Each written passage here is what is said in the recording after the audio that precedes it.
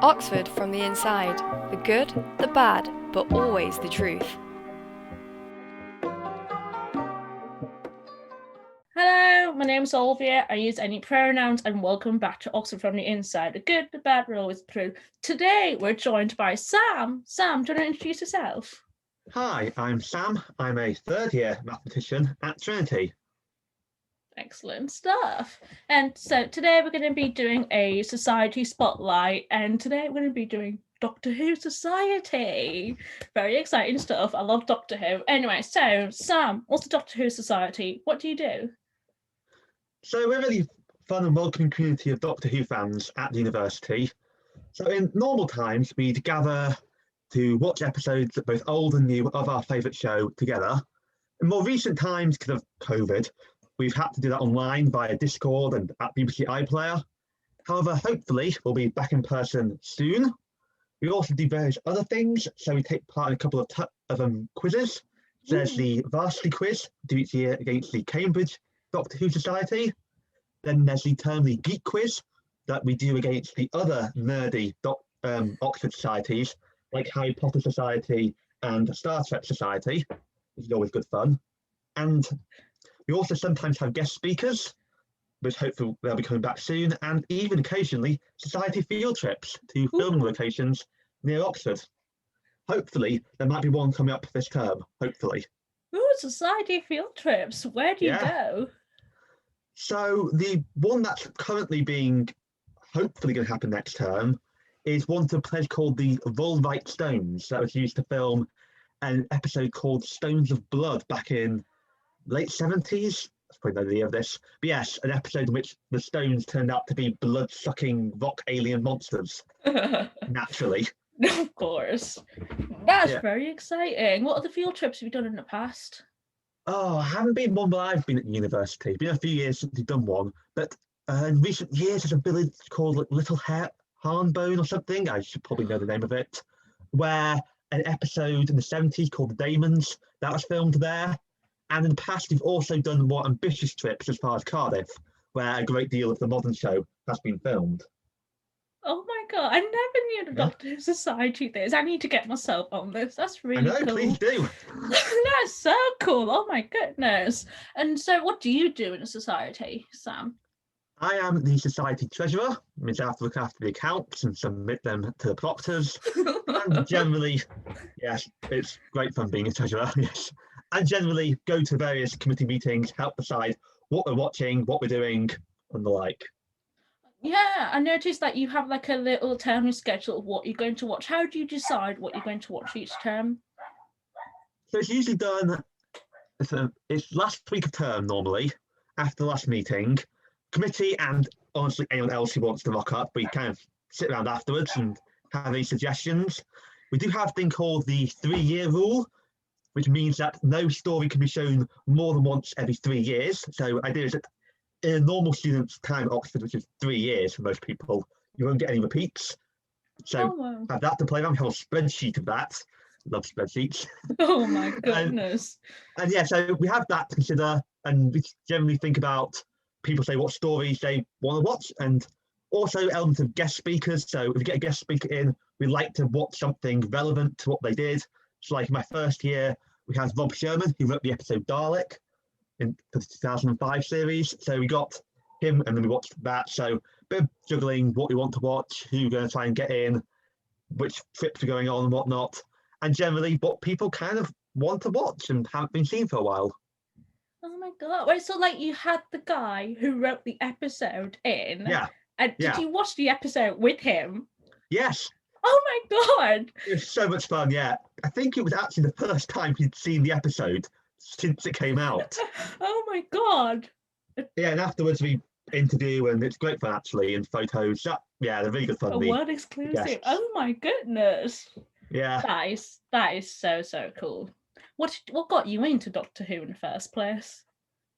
So it all began when I was about 5 years old. My grandparents usually each week bought me an issue of Action Man comic from Sainsbury's, of all things. My goodness. But then one week it wasn't in for some reason, so they got me Doctor Who Adventures magazine instead. My uncle was a Doctor Who fan in his youth, so they got me that, and I like, ooh, it's exciting. Yeah, I've been watching ever since the 2006 Christmas special. Oh my, that's how many years ago? I don't even, that's 15 years. Oh wow, it's 15 years ago, yeah. Feeling old again. 15 years die-hard Doctor Who fan. I'm like, oh my, are you talking about the old school magazines where they were just flat? Or like the newer ones where they're coming up packets? Because I don't know if you noticed, but I used to have Doctor Who magazines, and it used to be that they would just be like normal magazines, and then for some reason they start putting it in packets with all the stuff in it, like the cards and the figures. Yeah, so there are two different Doctor Who magazines. At least there used to be. There's Doctor Who Adventures, which is kind of the kids' one with the 3 gifts of a 3 Dalek water pistol or something. And then there's the more, yeah, then there's the more serious adult Doctor Who magazine, which I get these days, which tends not to have 3 gifts, although for some special issues they do put them in nice plastic bags with bonus stuff in. In fact, some Society members have even gone on to write for Doctor Who magazine, actually. Oh my god! Yeah. So Matthew, who's a Society's historian, he's been at Society since the 90s. We have life membership of the Society, and there's some people who have used life membership to the fullest. He's written for it quite a few times, and a few other people have written articles about like Doctor Who comic strips and stuff. So yeah, quite a few people from the Society have gone to be involved in the wider Doctor Who community. And we also have our own Society magazine called The Tides of Time, which comes out a few times a year. That's been going since the 90s, actually. I think it's one of the longest running Doctor Who fan publications out there. And that publishes a few times a year, which is great fun. And I've actually contributed a couple of articles to the most recent edition. Oh my goodness. Yeah, it's a fun thing that also goes on.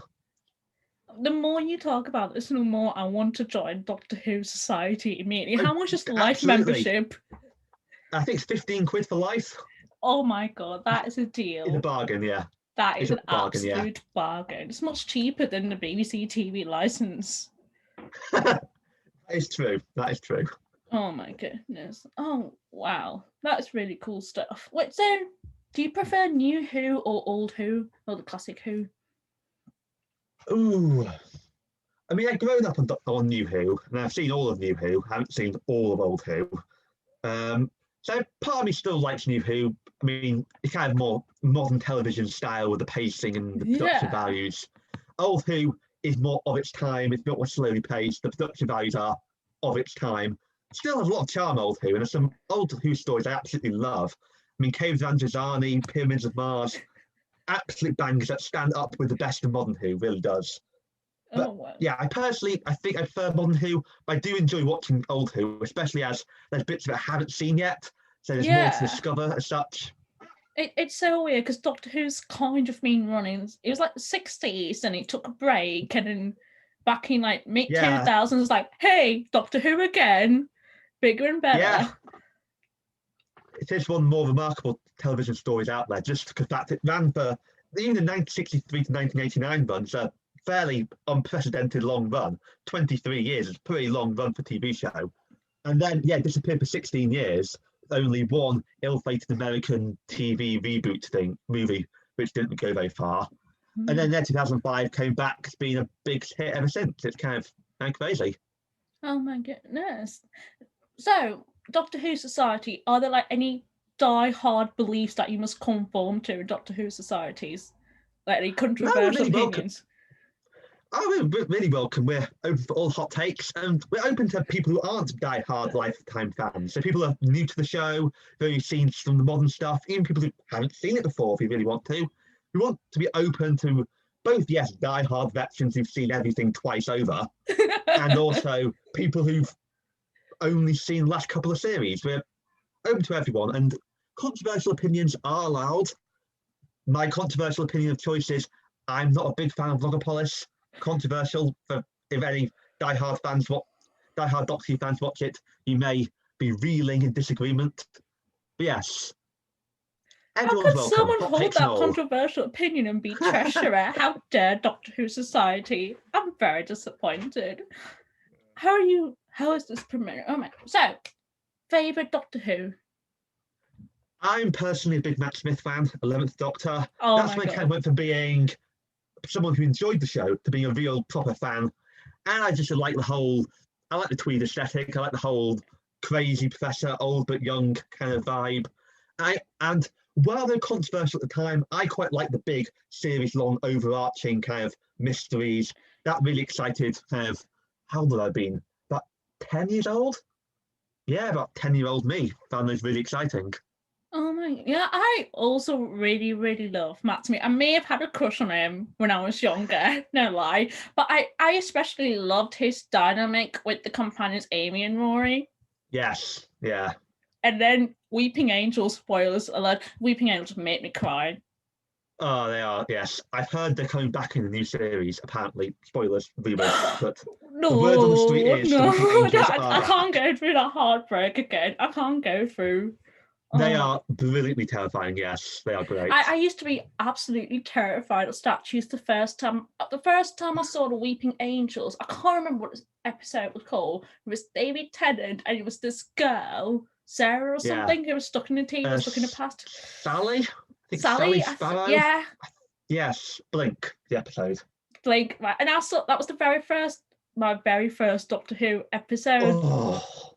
And I did not sleep for weeks. I could not be around statues for months after that because I was convinced it was real. Oh, that is quite an episode to start with, yes. It's unlike any other Doctor Who story because the Doctor's barely in it, but it is an absolute classic and absolutely terrifying. It's horrifying. Yeah, it's one of those episodes that really got into the public conscious. I mean, everyone knows Daleks, even non-Doctor Who fans know Daleks and the TARDIS and the Cybermen. The modern Doctor Who villain that's had the same effect is the Weeping Angels, I feel. Even non-Doctor Who fans know about them and know how blooming scary they are. The worst things ever. I didn't realise that Doctor Who could create a villain that I would feel like is actually real because no one told me that Doctor Who wasn't real. Like, I was convinced it was real life, and it's a horrifying thing. I imagine the 2006 Christmas special was a much gentler introduction to Doctor Who. Yes, that was The Runaway Bride, more a comedic episode in which Catherine Tate was a bride who got teleported out of her wedding because of alien malarkey. And I remember that. Yeah, got chased by robot Santas and whatnot, and a giant spider monster. Honestly, a good episode, actually, good fun. But yes, a lot more gentle introduction. Both a family-friendly, comedic, well, slightly comedic, adventure sort of story rather than Doctor Who's most horrifying episode. Oh my god, there's been so many horrifying. What's the episode? Have you ever been like genuinely scared by an episode? Ooh, I remember young me thought Waters of Mars was scary with the water monsters and that bit at the end with the Oods just standing there, omen of death. And what scared me the most actually of that was actually the Next Time trailer for the next episode, which had this weird Ood with his big brain exposed and red eyes. That, for some reason, scared me the most. The Oods have always weirded me out. Yeah, the tentacle mouths, yeah. And then like the little glowy balls they hold. I don't like it. They are cool, yeah. Yeah, also the silence scared me from the start of series 6.